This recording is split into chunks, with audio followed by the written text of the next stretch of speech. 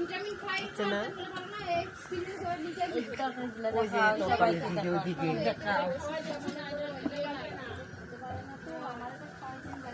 কথা করছে না, কথা বলতে হয়।